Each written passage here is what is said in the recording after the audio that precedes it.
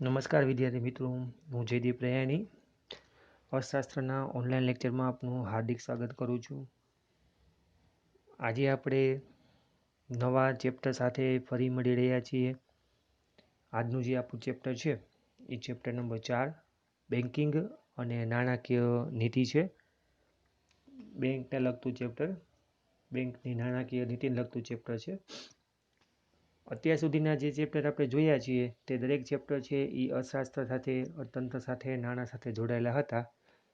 પણ આ જે ચેપ્ટર છે એ નાણાંનું જ ચેપ્ટર છે. એટલે કે જે આપણે આની પહેલાંનું ત્રીજું ચેપ્ટર છે એ પૂર્ણ કર્યું હતું, નાણું અને તેના કહેવાય ફુગાવો, બરાબર. તો એની જેમ જ ચેપ્ટરમાં છે એ બેંકની વાત કરવામાં આવી છે. બેંકને લગતી એના કાર્યો છે એ તેની વાત કરવામાં આવી છે. બેંકનો અર્થ શું છે, આપણી ભારતની બેંકની શરૂઆત કેવી રીતના થઈ છે, કઈ બેંક આપણા માટે મહત્ત્વની છે, આવી ઘણી બધી વાતો છે એ આ ચેપ્ટરમાં આપણે કરવાની છે મિત્રો. તો બેન્કિંગ અને નાણાકીય નીતિ આપણે ચેપ્ટરની શરૂઆત કરી રહ્યા છીએ મિત્રો. હું આશા રાખું છું કે આપને આ ચેપ્ટર પણ સારી રીતના સમજાશે મિત્રો. કારણ કે બેંક શબ્દ છે એ આપણે દરેક લોકો જાણીએ છીએ. બેંકથી દરેક પરિચિત હશો. આપણા મમ્મી પપ્પા છે, આપણા ભાઈ છે, અથવા આપને કોઈ પણને બેંકમાં ખાતું હોય તો આપને વધુ પણ ખ્યાલ હોઈ શકે છે. અથવા આપ છે આપણી રીતના અનુકૂળ સમયે બેંકની મુલાકાત લઈને પણ માહિતી મેળવી શકો છો. તો આપને ખ્યાલ આવે કે બેંક છે શું, તેનું આપણા જીવનમાં મહત્ત્વ શું છે, અને તે આપણા માટે ડેલી જીવનમાં કઈ કઈ જગ્યાએ કેવી રીતના ઉપયોગી છે. હું આશા રાખું છું કે આપ સૌ સુરક્ષિત હશો, આપ છે સેફ હશો અને આપણા સ્વાસ્થ્યનું ધ્યાન રાખતા હશો. આપણે મહત્ત્વના ચેપ્ટર છે, ટોપિક છે એ પૂર્ણ કરી નાખ્યા છે. આપ નવા ટોપિક તરફ જઈ રહ્યા છીએ તો ત્યારે એટલું જ કહેવાનું કે આપ જૂના ટોપિક છે એને રિપીટ કરતા રહેજો. બને એટલા વધુમાં વધુ છે એને છે એ આપ રિવિઝન કરતા રહેશો તો આપણે છે એ વધુ સારી રીતના છે એ ટોપિક છે એ યાદ રહી જશે, અને સારી રીતના તમને છે એ યાદ રહી જવાથી પરીક્ષામાં આપ સારા એવા માર્ક્સ કવર કરી શકશો મિત્રો. અગાઉનો લેક્ચર આપણે છે, જે લેક્ચર મેં આપને મૂક્યો હતો, કોર્સમાં જે ફેરફાર છે એ ખાસ લેક્ચરને ધ્યાનથી જોઈને સમજી લેજો કે આપ શ્રીએ જે કેટલું ભણવાનું છે અને કેટલું કટ કરવાનું છે અને કેટલું છે એ તમારે, જેટલો પણ કોર્સ કટ થઈ ગયેલો છે એ વસ્તુ આપણે નથી જ ભણવાની. એટલે ખાસ હવેના જે ચેપ્ટર ચાલશે, હવેના જે ટોપિક આપણે લેશું એમાં તમને હું સાથોસાથ જણાવતો જઈશ કે આ ટોપિક છે આપણે કરવાનો નથી અને આ ટોપિકમાં છે આપણે ધ્યાન દેવાનું છે. એટલે ખાસ આપણે જો વિગત વાઇઝ લેક્ચર વાઇઝ આગળ લેક્ચર પરથી ખ્યાલ ન આવતો હોય તો કરંટ લેક્ચર ઉપરથી પણ આપ છે એ માહિતી મેળવી શકો છો. એટલે આપણે જરાય ચિંતા કરવાની જરૂર નથી મિત્રો. ચાલો તો આજે આપણે આપણો સરસ મજાનો ટોપિક બેન્કિંગ અને નાણાકીય નીતિ છે એને શરૂ કરીએ અને આપણે સરસ મજાનું ચેપ્ટરને માણીએ. સૌપ્રથમ બેંક શબ્દની વાત કરીએ તો દરેક લોકોએ છે બેંક શબ્દ છે એ સાંભળેલો હોય છે. કોઈ એવું વ્યક્તિ નહીં હોય કે તેને બેંક શબ્દ સાંભળેલો હોય નહીં. કારણ કે આપણા જીવનમાં છે એ બેંક શબ્દ છે એટલો બધો છે ઇન્વોલ્વ થઈ ગયેલો છે, એટલો બધો સંકળાઈ ગયેલો છે કે એના વગર આપણે ચલાવી શકતા પણ નથી. આપણા જીવનમાં ક્યાંક ને ક્યાંક છે એ બેંક શબ્દનો આપણે ઉપયોગ કરતા હોઈએ છીએ, બેંકનો આપણે ઉપયોગ કરતા હોઈએ છીએ. તેથી આપણે કહી શકીએ છીએ કે બેંક છે તેના વગર આ સમયમાં છે એ કોઈ પણ વ્યક્તિ કે કોઈ પણ છે વ્યક્તિત્વ છે એ એના વગર કામ કરી શકતું નથી. એટલું બધું આપણે બેંકનું છે આપણા જીવન સાથે સંકળાયેલું છે કે આપણે એના વગર ઘણીવાર તો ઘણા બધા પ્રશ્નોનો પણ સામનો કરવો પડે છે. ધારો કે આપણે અત્યારે એવું વિચારીએ કે બેંક છે જ નહીં, ન હોય, અથવા જેટલી બેંક છે એટલી બધી બેંકો બંધ થઈ જાય અથવા બેંકની સુવિધાઓ જ બંધ થઈ જાય તો આપણે અનેક સમસ્યાઓનો સામનો કરવો પડે એવી પરિસ્થિતિ ઊભી થઈ જવાની છે. તો આપણો જે ટોપિક છે બેંક અને નાણાકીય નીતિ, એમાં બેન્કિંગ જે આપણા માટે ખૂબ જ મહત્ત્વનું કામ કરવાનું જે પરિબળ છે તે પરિબળ તરીકે કામ કરે છે. તો બેંક આપણા જીવનમાં ખૂબ જ જરૂરી છે. બેંકની જે સેવાઓ છે એ પણ આપણા માટે ખૂબ જ મહત્ત્વની છે. એટલા માટે આપણે એ ટોપિકને અથવા તેને છે આપણે કહેવાય નકારી શકતા નથી, બરાબર છે. તો સાદી ભાષામાં આપણે મતલબ થાય કે બેંક એટલે શું, તો આપણા અર્થ પ્રમાણે જોઈએ, સામાન્ય અર્થ તરીકે જોઈએ તો જ્યાં રૂપિયા નાખીએ છીએ આપણે, જ્યાંથી રૂપિયા આપણે ઉપાડીએ છીએ, જ્યાંથી નાણાંની લેવડ દેવડ થઈ શકે, એવા પ્રકારની જે જગ્યા છે તેને તમે બેંક કહી શકો છો. આ આપણી ભાષા પ્રમાણે, આપણા વિચાર પ્રમાણે આપણે આ બેંક શબ્દને આપણે સમજી શકીએ છીએ. પરંતુ જો નાણાં લેવા મૂકવાનું એટલું જ કામ હોય તો બેંક શબ્દ છે એ પૂરેપૂરી સાર્થક થઈ શકે નહીં. પણ બેંકના બીજા ઘણા બધા કામ છે. બેંકનો ઘણો બધો મોટો ઇતિહાસ છે. બેંક છે એ કહી શકાય કે આપણા માટે ઘણી બધી રીતના ઉપયોગી છે. તો બેંકનો અર્થ અને બેંકનું જે ઉદ્ભવ છે અથવા બેંક છે શું, તો સૌપ્રથમ આપણે એને સમજવાનો પ્રયત્ન કરવો પડે, બરાબર છે. તો આપણે ખ્યાલ આવે કે બેંક છે એ આપણા માટે છે તો ખરા, પણ એની શરૂઆત કેવી રીતના થઈ છે, એનો ઇતિહાસ શું છે, તે કેવા શું માગે છે, તેનો ઉપયોગ શું કરીએ છીએ, તે કયા હેતુથી બનાવવામાં આવેલી હતી, તેનું નામકરણ કેવી રીતના થયું, આ બધી વસ્તુ જો આપણને ખબર હોય તો આપ છે એ બેંકની આપણે સંપૂર્ણ માહિતી છે મેળવી શકવાના છીએ મિત્રો. તો સૌપ્રથમ આપણે બેંકનો અર્થ અને તેનો ઉદ્ભવ કેવી રીતના થયો છે આપણે એની ચર્ચા કરશું. કારણ કે આમાંથી ઘણા બધા પ્રશ્નો છે એ આપણે પૂછાતા હોય છે અને ઘણા MCQ કે એક વાક્યમાંથી પણ આમાંથી ટોપિક લઈ શકતા હોય છે. અને મોટો ક્વેશ્ચન હોય તો એમાં પણ આ ટોપિક છે કે આવા ટોપિક છે એ લઈ શકતા હોય છે. એટલા માટે આપણે આ સમજવું ખૂબ જ જરૂરી થઈ જાય છે. સૌપ્રથમ આપણે બેંક શબ્દનો જે ઉદ્ભવ છે, બેંકની જે શરૂઆત છે એ કેમ થઈ છે એની આપણે ચર્ચા કરવાના છીએ. તો આપણે ખ્યાલ છે કે આપણે બેંક શબ્દ છે એ એક પ્રકારનો અંગ્રેજી શબ્દ છે, બરાબર છે. તો બેંક જે શબ્દ આપણે બોલીએ છીએ, જેનો આપણે ઉચ્ચાર કરીએ છીએ તે અંગ્રેજી ઉચ્ચાર છે.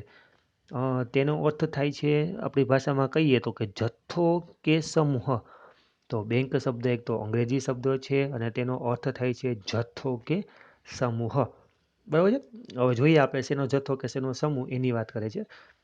તો સૌપ્રથમ ઉદ્ભવ છે એ અંગ્રેજી શબ્દ પ્રમાણે વાત થઈ છે. જથ્થો અને સમૂહ તેનું કહેવાય કે અર્થ નીકળે છે. જથ્થો કે સમૂહ તમે કહો તો નાણાંનો જથ્થો કે સમૂહની વાત છે, પણ અહીંયા આપણે ખાલી બે શબ્દોનો જ ઉપયોગ કરીએ છીએ. આપણા દેશમાં સંસ્કૃત ભાષાનું ઘણું મહત્ત્વ છે. તો સંસ્કૃત ભાષા પ્રમાણે પણ આપણે બેંક શબ્દનો અર્થ ગોતવાનો પ્રયત્ન કરીએ તો એના માટે ભાંડ શબ્દ છે એ આપણા માટે કહેવાય છે કે બેંકનો જે સંસ્કૃત ભાષાનો શબ્દ છે તે ભાંડ છે, જેનો અર્થ થાય છે મૂડીનો જથ્થો, બરાબર છે. અંગ્રેજી શબ્દ પ્રમાણે ખાલી જથ્થો અને ભાંડ શબ્દ પ્રમાણે મૂડીનો જથ્થો, એટલે કે જથ્થો તો વાત છે પણ નાણાંનો કે મૂડીનો કે એની જ જથ્થાની વાત કરવાની છે. તો આ જે ભાંડ શબ્દ છે આપણા દેશમાં જે સંસ્કૃત ભાષાને લગતી ઘણી બધી પ્રચલિત છે, એના ઉપરથી જે શબ્દ આપણે આવેલ છે તે શબ્દને આપણે અત્યારે ઘણીવાર ઉપયોગમાં કરતા હોઈએ છીએ ગુજરાતીમાં, કે જેને આપણે કહીએ છીએ ભંડોળ. તો આ જે ભંડોળ છે એ ભાંડ ઉપરથી આવેલો શબ્દ છે. એટલા માટે ભાંડ શબ્દ ઉપરથી ધીમે ધીમે ધીમે કરીને પ્રચલિત થયેલો શબ્દ છે એ ભંડોળ શબ્દ છે. તો ખૂબ જ મહત્ત્વનો શબ્દ કહી શકાય ભાંડ સંસ્કૃત ભાષામાંથી. અંગ્રેજીમાં તેને આપણે જથ્થો કે સમૂહ કહીએ છીએ. બેંક શબ્દ તરીકે ઓળખીએ છીએ. તે શબ્દનો અર્થ છે જથ્થો કે સમૂહ. સંસ્કૃતમાં ભાંડ શબ્દ છે તેનો અર્થ થાય છે મૂડીનો જથ્થો, અને તેના ઉપરથી શબ્દ પરથી ભંડોળ શબ્દ બન્યો છે એવું કહી શકાય છે. અંગ્રેજીમાં બેંક શબ્દ છે એ ફ્રાન્સ અને ઇટાલીના શબ્દો, જે અંગ્રેજીમાં શબ્દો આવેલો છે, જે અંગ્રેજી શબ્દો આપણે બેંક બોલીએ છીએ, તે મુખ્યત્વે કયા દેશમાંથી, મુખ્યત્વે કઈ જગ્યાથી ઉપયોગમાં લેવાય છે તેની વાત કરીએ તો અંગ્રેજી શબ્દો પ્રમાણે બેંક છે એ ફ્રાન્સ અને ઇટાલીના શબ્દો બેંકા અને બેંક્યુ, ફ્રાન્સ અને ઇટાલી ખાસ દેશોના નામ યાદ રાખજો કે ફ્રાન્સ અને ઇટાલીના જે શબ્દો છે, અંગ્રેજી શબ્દો બેંકના શબ્દોનો જે ઉપયોગ ઉચ્ચાર કરતા હતા બેંકા અને બેંક્યુ, એ શબ્દ ઉપરથી બેંક શબ્દ છે એ તૈયાર થયેલો છે, બરાબર છે. તો ફ્રાન્સ અને ઇટાલી ઉપરથી બેંકા અને બેંક્યુ શબ્દ આવેલો છે. અને યુરોપ છે તો યુરોપ ઉપરથી પણ કહી શકાય બેંક શબ્દનું છે એ ઘણું મહત્ત્વ રહેલું છે. તો યુરોપમાં પણ પ્રાચીન સમયમાં સરાફો એટલે કે વેપારીઓ થાય, અને ઢળતી પાટલી પર, એટલે કે ધારો કે પહેલાંના સમયમાં છે વેપારીઓ છે એ ટેબલ ઉપર રાખીને છે નાણાંની લેવડ દેવડ કરતા હોય, ને નાણાં છે એ ધીરનાર અને લેવાનું કામ કરતા હોય, ને વ્યાજ વટાવ તરીકે નાણાંને આપતા હોય. તો એ પ્રકારના જે વેપારીઓ છે ને સરાફો કહી શકાય. અને ઢળતી પાટલી એટલે કે ઢાળવાળી જે પાટલી છે, બેન્ચ છે, એ પાટલીનો ઉપયોગ કરીને તેની ઉપરથી નાણાંની લેવડ દેવડ કરતા હોય, આવા પ્રકારના સ્થળ ઉપર જે વ્યક્તિ બેસતો હોય તેને સરાફો કહી શકાય છે, બરાબર છે. તો આવા જુદા જુદા પ્રદેશોમાં લોકો છે આવી રીતના સરાફો છે ઢળતી પાટલી પર નાણાંની લેવડ દેવડ કરતા હતા. તો લોકો છે એ પાટલીનો ઉપયોગ કરીને નાણાંની લેવડ દેવડ કરતા હોવાથી ઘણા સમય પછી એ લોકો આને આપણે જે બેન્ચ કહીએ છીએ, પાટલી કહીએ છીએ, તો નાણાંની ફેરબદલી કરતા હોવાથી ધીમે ધીમે એના ઉપરથી પાટલી શબ્દ પડ્યો અને નાના જથ્થાની ફેરબદલી થતી હોવાથી આ જે પાટલી શબ્દ છે તેનો શબ્દ છે એ બેંક જે અંગ્રેજીમાં ઉપયોગ થવા લાગ્યો. એટલે કહેવાનો મતલબ છે કે ઢળતી પાટલી ઉપરથી સરાફો જે કહેવાય કે નાણાંની લેવડ દેવડ કરતા હતા. તો એના માટે લોકો પાટલી બેન્ચ પર કહેવાય કે નાણાંની લેવડ દેવડ કરતા હોવાથી તે લોકો છે ધીમે ધીમે કરતા આ નાણાંની લેવડ દેવડને બેંક જેવો શબ્દો અંગ્રેજીમાં છે ઉપયોગ થવા લાગ્યો. તો આમ કહી શકાય કે બેંક શબ્દને નાણાંના ભંડોળ સાથે ખૂબ જ જટિલ સંબંધ છે અથવા ખૂબ જ ગાઢ સંબંધ છે એવું કહી શકાય છે. કારણ કે બેંક છે તો નાણાંનો જથ્થો પણ હશે, નાણાંનો ભંડોળ પણ હશે, બરાબર છે. તો ખૂબ જ જાજો બધો સંબંધ આમાં કહી શકાય છે. આ વાત થઈ બેંક શબ્દની, બરાબર છે, કે બેંક શબ્દને અલગ અલગ જગ્યાએ આવી રીતના જોવામાં આવે છે, આવી રીતના ઓળખવામાં આવે છે. સૌપ્રથમ અંગ્રેજીમાં બેંકનો અર્થ થાય છે જથ્થો કે સમૂહ. પછી સંસ્કૃતમાં ભાંડ, તેનો મતલબ થાય છે મૂડીનો જથ્થો અને તેના ઉપરથી બન્યું છે ભંડોળ. ત્યારબાદ અંગ્રેજી શબ્દ બેંક જે ફ્રાન્સ અને ઇટાલીના શબ્દો છે બેંકા અને બેંક્યુ પરથી ઉતરી આવેલો શબ્દ છે. બેંક શબ્દ આવેલો છે. અને યુરોપમાં પ્રાચીન સમયમાં સરાફો ઢળતી પાટલી પર નાણાંની લેવડ દેવડ કરતા હતા. તેથી તે પાટલીના શબ્દોને ઉપયોગને આપણે બેંક શબ્દ તરીકે પ્રચલિત શબ્દ કર્યો. આટલી વાત આપણે કરી. આટલી વાત છે એ બેંક શબ્દના ઉદ્ભવની કે એની વાત છે. હવે બેંક શબ્દનો ઉદ્ભવ તો થઈ ગયો, પણ બેંક છે એનો ઉદ્ભવ કેવી રીતના થયો, કઈ જગ્યાએ થયો, એની પણ આપણે ચર્ચા કરવી પડે ને. તો ચાલો આપણે એની પણ વાત કરી લઈએ કે વિશ્વમાં સૌપ્રથમ બેંક છે એ કેવી રીતના થઈ, ક્યાં થઈ છે, કઈ સાલમાં થઈ છે, એની પણ આપણી પાસે માહિતી હોવી જોઈએ. તો એના પરથી આપણે ખ્યાલ આવે કે બેંક શબ્દ છે તો બેંક છે એનો ઇતિહાસ કેટલો જૂનો છે મિત્રો. તો ચાલો આપણે એની પણ વાત કરી લઈએ છીએ સાથે સાથે. તો કે વિશ્વની સૌપ્રથમ બેંક છે એ સ્પેનમાં 1401માં, ખાસ મિત્રો યાદ રાખજો, વિશ્વની સૌપ્રથમ બેંક છે એ સ્પેનમાં 1401માં સ્થપાયેલી હતી. જે બેંકનું નામ હતું બેંક ઓફ બાર્સિલોના. સ્પેનમાં 1401માં વિશ્વની સૌપ્રથમ બેંક છે બેંક ઓફ બાર્સિલોના એને માનવામાં આવે છે, કારણ કે એ સૌપ્રથમ બેંકની છે સ્થાપના થઈ હશે સ્પેનમાં થઈ છે અને તેની સાલ છે 1401. તો આપ જાણી શકો છો કે અત્યારે 2020 ચાલી રહ્યું છે. તો 1401 છે એટલે 15મી સદીની આસપાસના સમયમાં, આપણી સદી છે 21મી સદી ચાલી રહી છે. તો ઘણી બધી સદીઓ પહેલાં છે બેંકની સ્થાપના થઈ ગઈ છે. એટલે બેંકનો ઇતિહાસ ઘણા બધા વર્ષો, ઘણી બધી સદીઓ પહેલાંનો કહી શકાય છે. તો ખૂબ જ લાંબો ઇતિહાસ છે અને ખૂબ જ કહેવાય કે પ્રચલિત ઇતિહાસ કહી શકાય બેંકનો. જ્યારથી નાણું ચલણ તરીકે સ્વીકૃત પામ્યું ત્યારથી નાણાંનું કાર્ય ફક્ત વિનિમયના માધ્યમ તરીકેનું નથી. જેમ કે આપણે સાટા પ્રથા જોઈ ગયા કે જેમાં છે નાણાંનો ઉલ્લેખ કરવામાં આવ્યો હતો, નાણું છે અસ્તિત્વમાં આવ્યું, કેવી રીતના આવ્યું એનો પણ આપણે ઇતિહાસ જોયો હતો. તો જ્યારથી નાણું ચલણમાં આવ્યું ત્યારથી જ નાણું અમલમાં થયા પછી આપણે ફક્ત નાણાંની લેવડ દેવડનો જ ઉપયોગ કરતા નથી, પણ એના લગતા ઘણા બધા આપણે મૂલ્યના સંગ્રહ છે, પછી લેવડ દેવડ માટે હોય, પછી ઉધારમાં ચૂકવણી હોય, સંગ્રહ હોય, માપદંડ કોઈ પણ વસ્તુનો હોય, તો ઘણા બધા રીતનાનો ઉપયોગ કરવામાં આવે છે. તો ટૂંકમાં નાણાં આધારિત અર્થવ્યવસ્થામાં નાણાંની સાચવણી, તેનો હેરફેર અને તેના મૂલ્યની જાળવણી માટે કોઈ સંસ્થાની જરૂર પડી કે જે કાર્ય બેંક દ્વારા થતું જોવા મળે છે. તો ઘણા બધા કાર્યો થતા હતા બેંકના, કે એમાંથી જે કહી શકાય કે બેંકનો શા માટે ઉદ્ભવ કરવામાં આવ્યો હતો કે નાણાંનું કાર્ય છે એ ઘણું બધું વધી ગયું હતું, કે એનો ઉપયોગ છે એટલો બધો વધી ગયો હતો કે એ છે એમને કોઈ પણ એને સંચાલન ન કરે તો એ આપણા માટે છે ખૂબ જ અઘરું કામ થઈ જતું હતું, અથવા કહી શકાય કે આપણે ઘણી બધી તકલીફોનો સામનો કરવો પડતો હતો. તો એના એટલા બધા ઉપયોગ અને મહત્ત્વ વધવાના કારણે એવી જરૂર લાગી કે આ કામ જો કોઈ સંસ્થા કરે તો એ કામ છે ઝડપથી અને સરળતાથી કરી શકાય છે. તો તેને અનુસંધાને તેને ધ્યાનમાં રાખીને નાણાંનો છે એ ઉપયોગ કરવા માટે, તેનું સંચાલન કરવા માટે, તેનું કાર્ય કરવા માટે બેંક જેવી સંસ્થાને સ્થાપના કરવાનો વિચાર આવ્યો.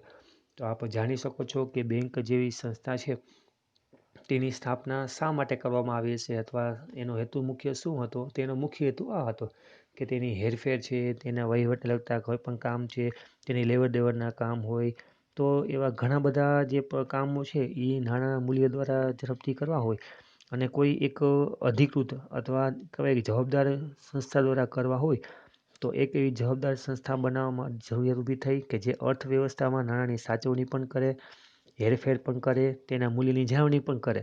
તો આવી કામ કરવાની માટેની જરૂરિયાત સંસ્થા ઊભી કરવા માટેની તૈયારી લોકોને જરૂરિયાત ઉપરથી લાગી અને એના ઉપરથી લોકોએ છે બેંક જેવી સંસ્થાની સ્થાપના કરી અને તેનું કાર્ય છે આપણે ત્યાં જાણી રહ્યા છીએ કે બેંક છે એ આપણા જીવનમાં અત્યારે કેટલી બધી ઉપયોગી અને કેટલી બધી મહત્ત્વની છે મિત્રો. કારણ કે અત્યારના જે ઉદ્યોગો છે અત્યારે આપણે કોમર્સ ફિલ્ડમાં છીએ તો કોમર્સના વિદ્યાર્થીઓને પણ બેંકનો વારંવાર ઉપયોગ કરવાનો હોતો હોય છે. લેવડ દેવડ માટે હોઈ શકે, નાણાંની ચૂકવણી માટે હોઈ શકે, ખરીદી માટે હોઈ શકે અથવા કાંઈ પણ પ્રકારની લોન લીધી તો એના માટેની વાત હોઈ શકે. તો ઘણા બધા એવા ક્ષેત્રો છે કે જેમાં કોમર્સના વિદ્યાર્થીને બેંક સાથે કનેક્ટ રહેવું પડે છે અને કોમર્સનો વિદ્યાર્થી ન હોય તો પણ એને બેંક સાથે કનેક્ટ રહેવું પડે એવો પ્રકારનો આ સમય છે. કારણ કે એના વગર છે આપણે કામ કરી શકતા પણ નથી અથવા ઘણા બધા કામમાં છે એ આપણે મુશ્કેલી પણ ઘણી ઓછી પડતી હોય છે. અને નાણાંને સાચવવા માટેનો જે સૌથી મોટો પ્રશ્ન છે કે મૂલ્ય, નાણાંનું મૂલ્ય છે એને સાચવી રાખવું જોઈએ અને કોઈ છે એ છે કોઈ ચોરી ન જાય અથવા એને કહી શકાય સુરક્ષિત જગ્યાએ સાચવવાનું કામ છે એ બેંક સિવાય બીજું કોઈ કરી શકવાનું નથી. તો સૌથી મોટું મુખ્ય હેતુ તો નાણાંને સંગ્રહ કરવા માટેનું જ છે. તો આ પણ એક ખૂબ જ મહત્ત્વનું કાર્ય કહી શકાય બેંકનું કે જેનો ખૂબ જ મુખ્ય હેતુ છે. તો નાણાંના સંગ્રહ માટે અને તેના મહત્ત્વના કાર્યો માટે બેંકની સ્થાપના કરવામાં આવી હતી. હેરફેર માટે પણ તેની સ્થાપના કરવામાં આવી હતી. આમ મુખ્ય રીતના જોઈએ તો આપણે ખ્યાલ આવે કે બેંકનું જે છે એ ખૂબ જ મહત્ત્વનું કાર્ય હોવાથી તેની સ્થાપના કરવામાં આવી હતી મિત્રો. તો આ પછી એનો ઉદ્ભવ અને તેનો મુખ્ય હેતુ શું હતો સ્થાપના માટેનો બેંકનો તેની આપણે સમજ આવી ગઈ છે મિત્રો. આપણે બેંકના ઉદ્ભવ અને જેના કહી શકાય મુખ્ય હેતુ શું છે એની આપણે ચર્ચા કરી. કારણ કે આપણે આ ટૉપિકને સમજવું હોય, આખા ચેપ્ટરને સમજવું હોય તો સૌપ્રથમ આપણે પહેલાં જે ચેપ્ટરનું મથાળું છે બેંક તેનો મુખ્ય હેતુ શું હતો, તેનો મુખ્ય આશય શું હતો કે કયા હેતુથી છે એ બેંકની સ્થાપના કરવામાં આવી. જો આપણે જાણતા હોઈએ તો આપણે છે એ આ ચેપ્ટરમાં ઘણી બધી સરળતા થઈ જશે. કારણ કે મુખ્ય જે ચેપ્ટરનો હાદ છે એ બેંક છે અને બેંક શબ્દને જ આપણે જો સમજતા ન હોઈએ, બેંક શબ્દની આપણે પ્રાયોરિટી સમજતા ન હોઈએ તો આપણે જે આ ચેપ્ટરમાં બીજું આપણે મહત્ત્વની વસ્તુઓ મગજમાં બેસી શકે નહીં મિત્રો. તો બેંકનો ઉદ્ભવ અને તેનો મુખ્ય હેતુ શું છે, સ્થાપના કરવાનો મુખ્ય આશય શું છે એની આપણે માહિતી મેળવી. હું આશા રાખું છું કે આપને આ બે વસ્તુ સમજાણી હશે. આપણે પછીના લેક્ચરમાં છીએ આપણે બેંકનો અર્થ સમજવા તરફ જઈ રહ્યા છીએ. તો આપણે આ લેક્ચરમાં આટલું જ અત્યારે સમજવાનો પ્રયત્ન કરીશું કારણ કે આ ચેપ્ટર છે એ ખૂબ જ સરસ છે. તેને ધ્યાનથી સમજવું પડશે. એટલે આપણે એક એક ટૉપિકને છે એ કહેવાય કે સરળ રીતના સમજવાનો પ્રયત્ન કરશું. ખાસ યાદ રાખજો કે વિશ્વની સૌપ્રથમ બેંક છે એ સ્પેનમાં 1401માં બેંક ઓફ બાર્સિલોના તરીકે કહેવાય કે સ્થાપના થઈ હતી કે તેની પ્રથમ સ્થાપના તરીકે તેની ગણતરી કરવામાં આવી રહી છે. અને ત્યારબાદ પછીની જે બેંકો હોય તે બેંકોની આપણે જે કહેવાય સ્થાપના થઈ છે એવું માનવામાં આવી રહ્યું છે. એટલે કે સૌ પ્રથમની બેંક છે એ પણ આપણા માટે ખૂબ જ મહત્ત્વની થઈ જતી હોય છે. તો મિત્રો બેંકનો ઇતિહાસ તમને પણ જાણવાની ઈચ્છા હોય તો આપ પણ ઓનલાઈન છે એ બેંકનો ઇતિહાસ જાણી શકો છો. બેંકના ઇતિહાસ માટેના જે વ્યક્તિઓ છે એની સ્થાપનાના નામ પણ જાણી શકો છો. આપણા ટૉપિકમાં સ્થાપના કરનાર વ્યક્તિઓના કે એના કોઈના નામ નથી તો આપણે પરીક્ષામાં પૂછી શકાય નહીં. પણ આપ છે એ નેટમાં સર્ચ કરશો તો આપને પણ ઘણી બધી માહિતી છે એ મળશે. તો આપને પણ રસ જાગૃત થાય. આપને પણ એવો પ્રશ્ન થવો જોઈએ કે સૌપ્રથમ બેંકની સ્થાપના કરી તો એમાં પ્રથમ નાણું છે કોને જમા કરાવ્યું હતું અથવા એમાંથી સૌપ્રથમ નાણું કોને ઉપાડ્યું હતું અથવા સૌપ્રથમ ચેક કોને લખ્યો હતો, કોના માટે લખવામાં આવ્યો હતો. ઘણા બધા પ્રશ્નો ઊભા થાય. તો આપ છે એ આવા પ્રશ્નોને સોલ્વ કરવા માટે ઓનલાઈન પણ સર્ચ કરી શકો છો. તો આપને ઘણી બધી માહિતી મળશે, તો આપને પણ છે એ જાગૃતતા આવશે અને આપણે પણ ઓટોમેટિક છે એ આપણે આ ચેપ્ટરમાં થોડોક રસ વધુ પડશે. તો આવા ઘણા બધા પ્રશ્નો છે કે જે પ્રથમ બેંક થવાથી જ પ્રથમ ઘણા બધા એવા કાર્યો થયા હશે કે જે વિશ્વમાં હજી પણ એના નામથી રેકોર્ડમાં નોંધાયેલ છે. કારણ કે વિશ્વમાં આવડી મોટી જો કોઈ વસ્તુ સંસ્થાની સ્થાપના થતી હોય કે જેનો આટલો બધો મહત્ત્વનું અને આટલો બધો એનો મુખ્ય હેતુ હોય છે, તો એ છે એ નોંધનીય કહી શકાય છે. તો હું આશા રાખું છું કે આપણે બેંકનો ઉદ્ભવ અને બેંકનો જે હેતુ છે મુખ્ય સ્થાપના માટેનો તે આપણે સમજાઈ ગયો છે. આપણે પછીના લેક્ચરમાં ફરી પાછા મળીશું બેંકના અર્થ સાથે મિત્રો. તો આવજો.